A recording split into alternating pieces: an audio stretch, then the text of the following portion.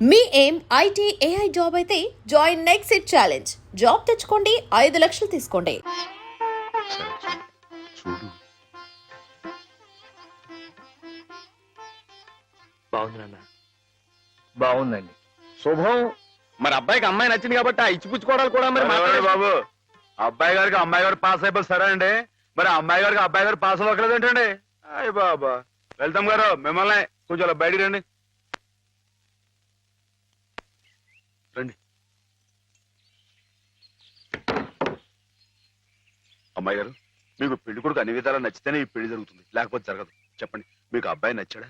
ఆడపిల్లలు నువ్వు ఇట్ట అడగగానే అట చెప్పేస్తారా? రైటే లేండి, ఇటప్పుడు కొంచెం ఇరకాడంగానే ఉంటుంది. ఓ పని చేయండి, అబ్బాయి మీకు నచ్చితే నవ్వుతూ తలదించుకోండి, నచ్చలేదు అనుకోండి కోపంగా నాకేసి తిరిగి చూడండి.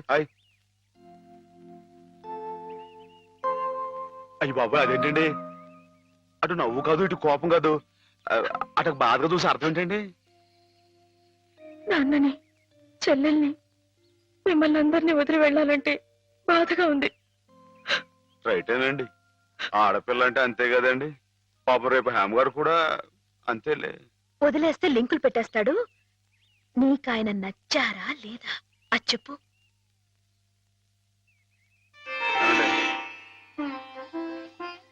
పాస్ అయిపోయినట్టే. మా అమ్మాయి గారికి అబ్బాయి గారు పాస్ అయిపోయారండి. ఇక పెళ్లి ఏర్పాటు చేసేసుకోండి. శుభం. అయితే కట్న కానుకల విషయాలు కూడా మరి ఏమండో, మేమే బంగారం లాంటి ఆడపిల్లలు ఇస్తుంటే ఇంకా ఎదురుడుతారండి బాబు. నువ్వు ఊరుకో. సంతలో పశువుని పెట్టి బేరం ఆడినట్టు నన్ను మధ్యలో పెట్టి బేరం ఆడడం నాకు సుతరాం ఇష్టం లేదు. నేను అలా బయట నుంచి ఉంటాను, మీరు మాట్లాడుకోండి. మా వాడు చిన్నప్పటి నుంచి అంతేలేండి. కొన్ని పద్ధతులున్న మనిషి, మధ్యతరగతి వాళ్ళం కదా. తప్పని తెలిసినా కొన్ని బాధ్యతలను నెరవేర్చడానికి కొన్ని పనులు చేయక తప్పదు. మరి ఏమంటారు బావగారు? అవన్నీ ఎందుకండి, ఆ పుచ్చుకునేది ఏదో ఒక ముక్క మా మనసులో వేయండి. ఒక 50,000 అయితే సబబుగా ఉంటుందంటారు. సరే బావగారు, మీ సంబంధం మాకు నచ్చిందండి. త్వరలోనే ముహూర్తాలు పెట్టుకుందాం. వస్తామండి. నమస్కారం. విన్నావటే 50,000 కట్టం కానీ ఒక క్షణం ఆలోచించకుండా ఒప్పేసుకున్నాడు మీ అన్నయ్య గారు. అంతటితో ఆగుతుందా? లాంఛనాలని అవని ఇవని ఇంకా అమాం బాపతు ఇంకో 10,000 దేగుతుంది. కాస్త డేకితే మాత్రం తప్పే ఉందండి, మంచి సంబంధం అనుకున్న తర్వాత. ఒరే డబ్బు గురించిన ఆలోచన ఎందుకు బాబు గారు? ఈ ఇంటిని అమ్మేస్తాను. జోకులు వేస్తున్నారా బాబు గారు? లేదయ్యా, నిజంగానే అమ్మేస్తాను. తాతల నాటి ఆస్తి ఈ ఇంటిని అమ్మేస్తారా? అవును బాబు గారు, నాకు కుర్రాడు నచ్చాడు, అతని క్రమశిక్షణ నచ్చింది. ఈ రోజు లెక్కల ప్రకారం వాళ్ళు ఏమీ ఆకాశంలో లేరమ్మా, చాలా సబబుగానే అడిగారు. అయినా రేపు మీరు మాత్రం అడగరా? మీరు అడగకపోయినా నా బాధ్యతగా నేను ఇవ్వద్దా చెప్పండి? అందుకే ఇంటిని అమ్మేసేయాలనే నిశ్చయానికి వచ్చాను. మీ ఎరుకలో ఏదైనా మంచి బేరం ఉంటే చూడండి బాబుగారు. కాస్త ఇంటిని శ్రద్ధగా చూసుకునే మనుషులను చూడండి.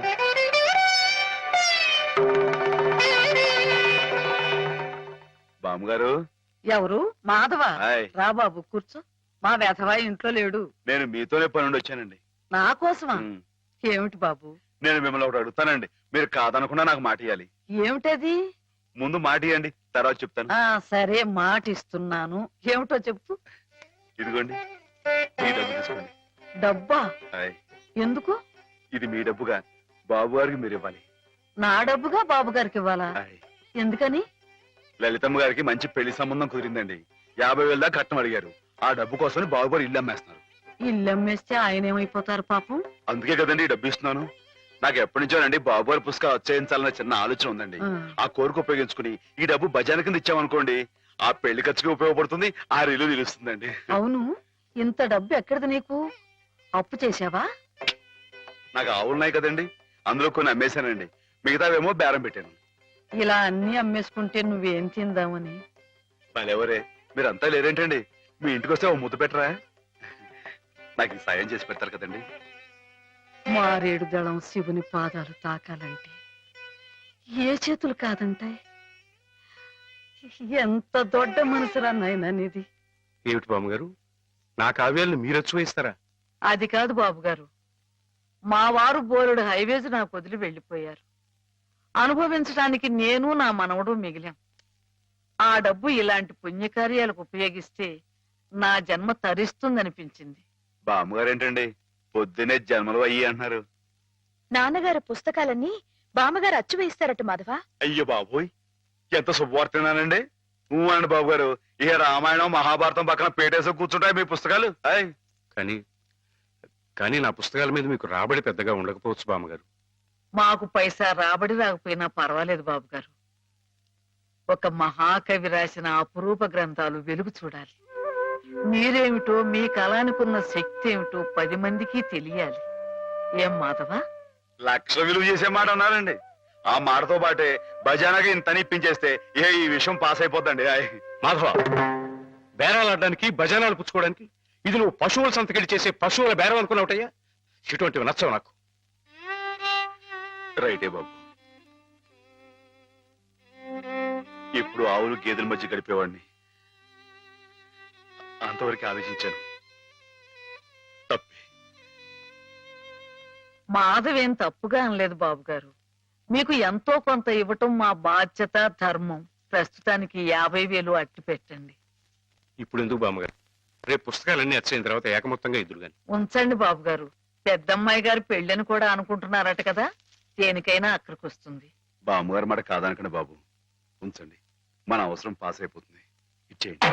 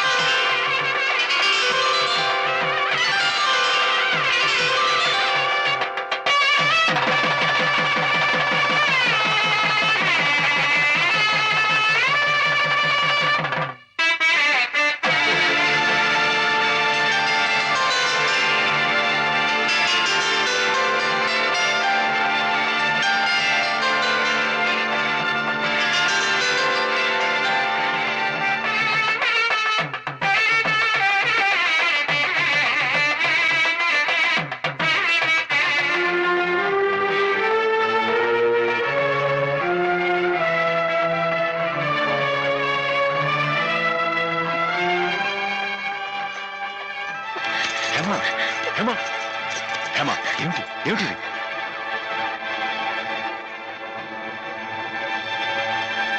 ఏంటండి అమ్మాయి గారు, ఏమైందండి? ఏం లేదు.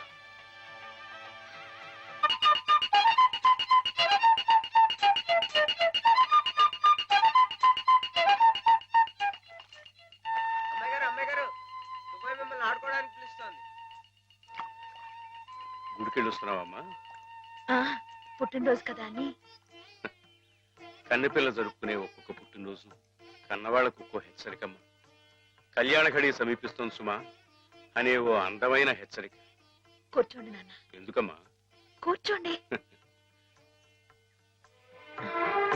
లేమ్మా, లే. ఈ పుట్టినింటి మహారాణి, మెట్టినింటి మహారాణి పిల్లపాపలతో సుఖ సంతోషాలతో వర్ధిల్లాలమ్మా. అన్నట్టు మీ అక్కయ్య నీకు ఉత్తరం రాసిందమ్మా. ఏం రాసింది నాన్న? నీకు పుట్టినరోజు శుభాకాంక్షలు పంపింది. నువ్వు కూడా దానికి వెంటనే శుభాకాంక్షలు అందజేయాలి సుమా. దేనికి? మీ అక్కయ్య నన్ను తాతం చేయబోతుందమ్మా. నిజంగా? మా నాన్న తాత అయిపోతున్నారు. బామ్మగారు వచ్చారేమో, ఒకసారి వాళ్ళ ఇంటికి వెళ్ళి చూసొస్తానమ్మా. పోరా, జరగదే చూడకూడదు. ఇదిగో ఉత్తరం, ఉత్తరం. ఇటు అమ్మాయి గారు, అమ్మాయి గారు, అమ్మాయి గారు, అమ్మాయి గారు, ఈవేళ పిఠాపురంలో ఆవులు పోటీ కదండి. నేను గంగ దివసం బయలుదేరుతున్నానండి. మా చంటిగాడు నేను లేని కదా అని తలా ఇస్తారేమో, మీరు కాస్త దగ్గర నుంచి చూసుకోండి. ఇప్పుడే బయలుదేరుతున్నావా? మరి సాయంకాలం కదండి పోటీ. పోనీ మధ్యాహ్నం వెళ్ళకూడదా? మధ్యాహ్నం బయలుదేరితే టైం ఏమి మిగులుద్దండి. ఆవు కాస్త అలుపు తీర్చుకోవాలన్నా, ఈ సర్దుకోవాలన్నా ఇప్పుడు వెళ్ళడం రైట్ అండి. సరే, నీ ఇష్టం. ఉంటానండి. అదేమిటి? ఇంతకీ కావాల్సిన ఆవిడ మర్చిపోయానండి. ఈ ఏడాది కూడా బహుమతి నాకే పాస్ అయిపోవాలని కోరుకున్నారు కదండి. నువ్వు అడిగితే కదా. అయ్య బాబు, అడగాలండి. కోరుకోండి బాబు. సరే, నీదే. చాలండి.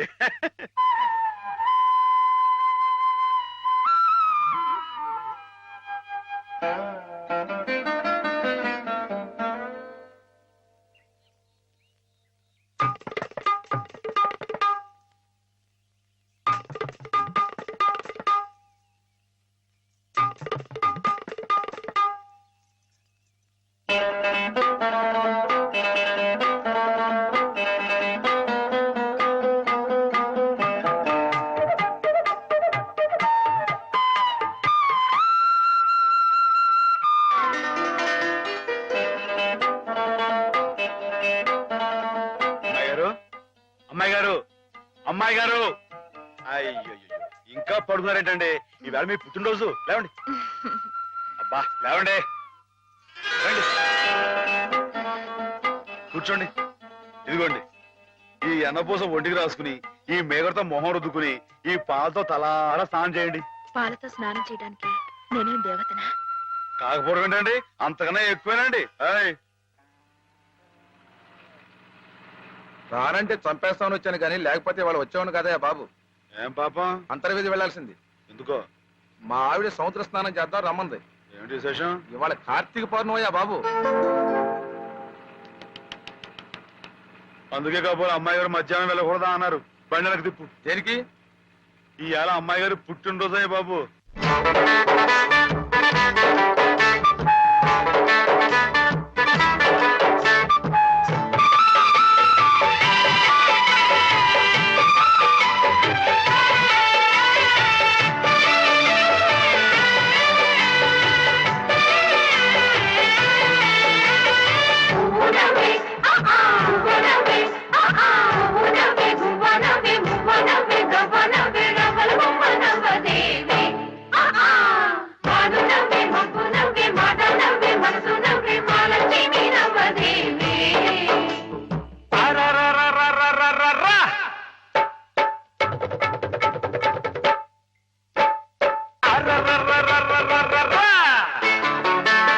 చిలకకు చీరే కడితే మొలకకు చిగురే పుట్టితే అది ఎవరెవరమ్మా ఇదిగిదిగిదిగోమ్మా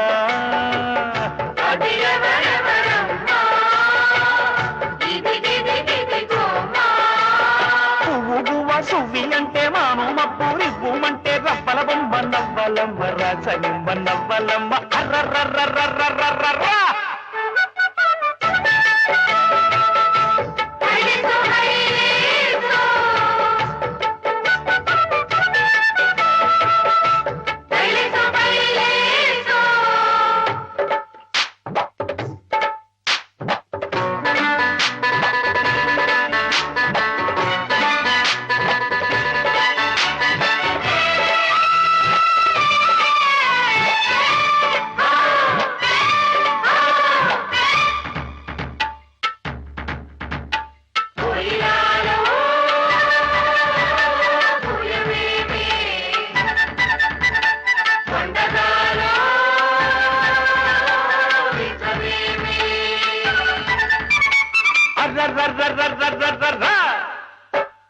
కుహు కుహు తప్ప కోయిలమ్మకేం తెలుసు, ఓహో ఓహో తప్ప కొండగాలికేం తెలుసు,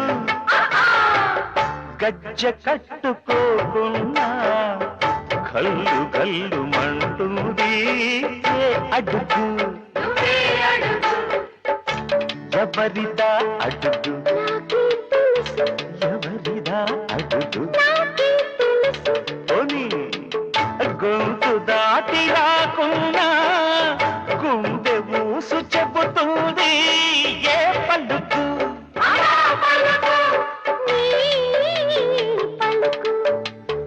నీ పలుకు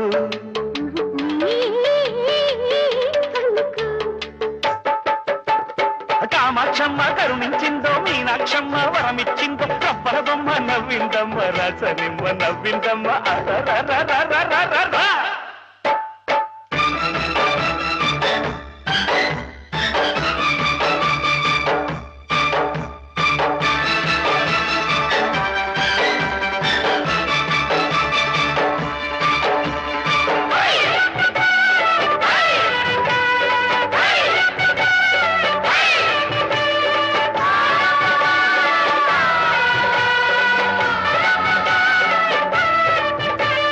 నవ్వులేమో దివ్వెలాయే నడకలేమో మువ్వలాయే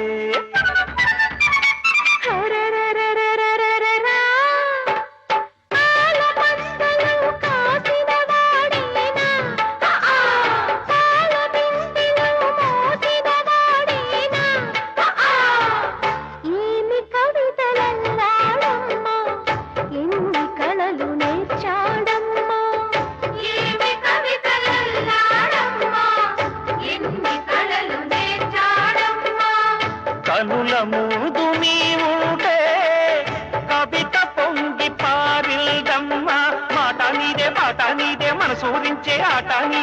సమిరమ్మ పుట్టినరోజు వెన్నెల చిందు నాదే నాదే అరరరరరరరరరా. ఆ, రరరరా. ఓహోహోహో.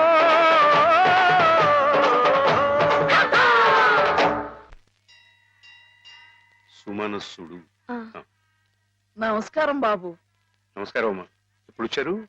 ఉదయమే వచ్చాను బాబు గారు. ఆహా. యాత్రల్లో ఎవరో కళ్ళ డాక్టరు పుణ్యాత్ముడు కళ్ళు ఆపరేషన్ చేసి బాగు చేశాడు. అలాగా? అందుకే 4 రోజులు ఆలస్యమైంది.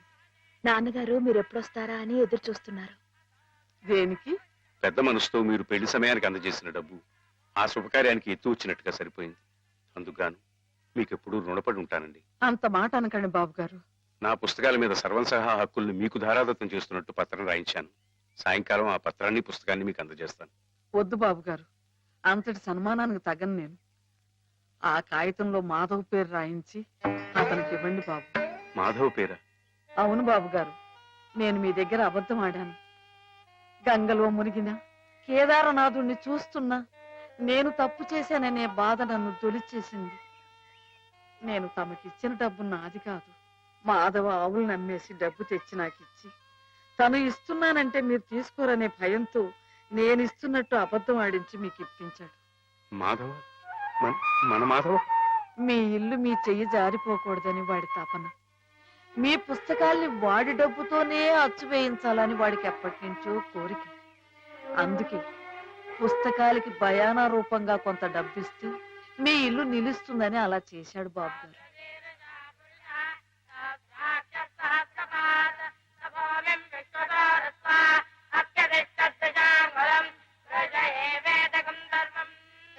ఆవులు ఏమయ్యాయా అని అడిగితే ఆసుపత్రిలో చేర్పించానని అబద్ధం చెప్పాడు. ఇందుకేనన్నమాట. మన్ను తినలేదని ఆ రోజు గోపాలుడు చెప్పిన అబద్ధం పెంచిన తల్లిని పునీతురాల్ని చేయడానికైతే మమత నిండిన ఈ గోపాలుడు ఈనాడు చెప్పిన అబద్ధం పెంచిన పంచని 10 కాలాల పాటు చల్లగా నిలపడానికమ్మా. నన్ను యువతలి గట్టుకు చేర్చిన మహనీయుడు అవతలి గట్టునే ఆగిపోయాడమ్మా. ఒక్కసారి వాణ్ణి మాధవం తీసుకురాగలవా? అలాగే నాన్న.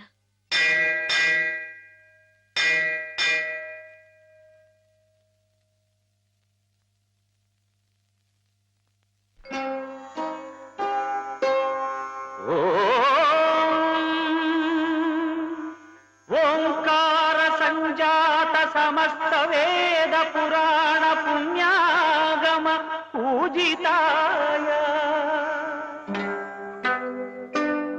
ఓంకార రూప ప్రియదర్శనాయ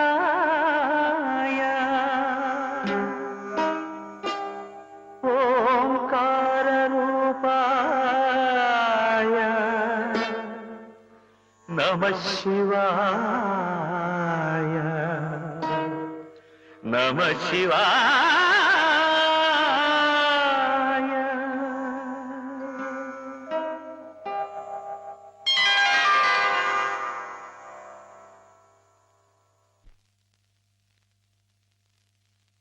అమ్మాయి గారు ఎంతసేపు అయిందండి వచ్చి?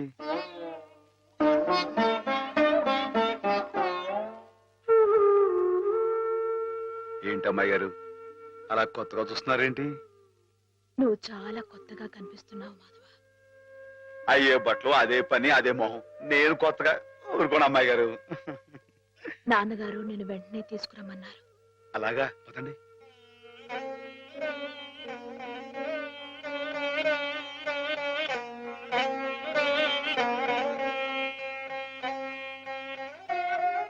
ఏమిటే ఈ అమూల్యమైన గ్రంథాలు ఏమిటి?